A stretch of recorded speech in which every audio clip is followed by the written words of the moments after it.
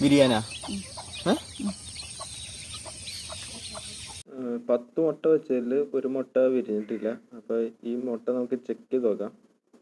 ഈ വെള്ളത്തിലിട്ട് കഴിയുമ്പോൾ ഈ വെള്ളത്തിൽ ഈ മുട്ട കിടന്ന് അനങ്ങുന്നുണ്ടെങ്കിൽ അതിൽ കുഞ്ഞുണ്ടെന്നാണ് അർത്ഥം. നോക്കിയിട്ട് ഒന്നും അനക്കൊന്നും കാണുന്നില്ല. അപ്പോൾ ഇത് തീർച്ചയായിട്ടും ചീമുട്ടയാണ്. കാരണം ഇപ്പോൾ ഇട്ട് കഴിഞ്ഞാൽ ഒരനക്കെങ്കിലും ഉണ്ടാവേണ്ടതാണ്. പക്ഷെ അനക്കം കാണില്ല, അത് ചീമുട്ടയായിരുന്നു. നമ്മൾ വിരിഞ്ഞ കോഴിക്കുഞ്ഞുങ്ങളെ നമുക്ക് കൊട്ടയിൽ നിന്ന് എടുത്ത് നമുക്ക് സെറ്റ് ചെയ്ത് വെച്ചേക്കുന്ന കൂടുണ്ട്, കൂടിലോട്ട് മാറ്റാം. കൊട്ട ഒന്ന് പുറത്തേക്ക് അയച്ചൊരു പാടായിരുന്നു. നമ്മൾ സൂക്ഷിച്ച് വേണം കൈകാര്യം ചെയ്യാൻ, കാരണം കുഞ്ഞുങ്ങളാണ്. ഓക്കെ,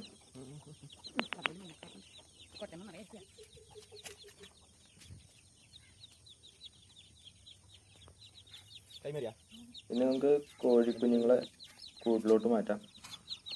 ഈ കൂട്ടിൽ ഞാനിപ്പോൾ കുമ്മായവും ചാരവും കൂടി ഇട്ടിട്ടുണ്ട്.